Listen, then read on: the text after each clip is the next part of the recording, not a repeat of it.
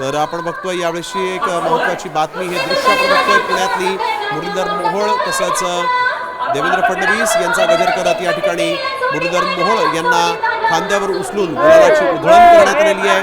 मोठा विजयश्री इथं मुरलीधर मोहोळ यांनी खेचून आणला।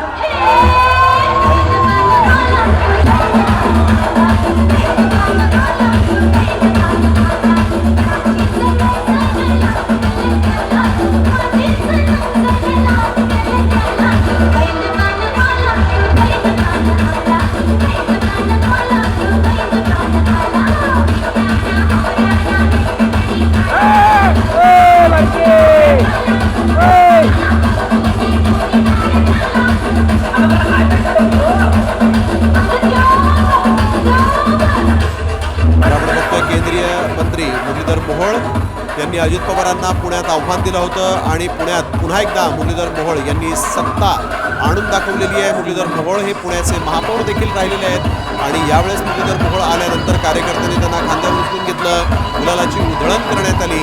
पहलवान आला रे पहलवान आला या गाण्यावर यावेळेस मुरलीधर मोहोळ यांनी देखील ठेका धरल्याचं दिसलेलं आहे। कार्यकर्ते उत्साहात आहेत भाजपचे, जोरदार या ठिकाणी विजय जो आहे तो भाजपचा झाल्यानंतर आनंद साजरा होतोय।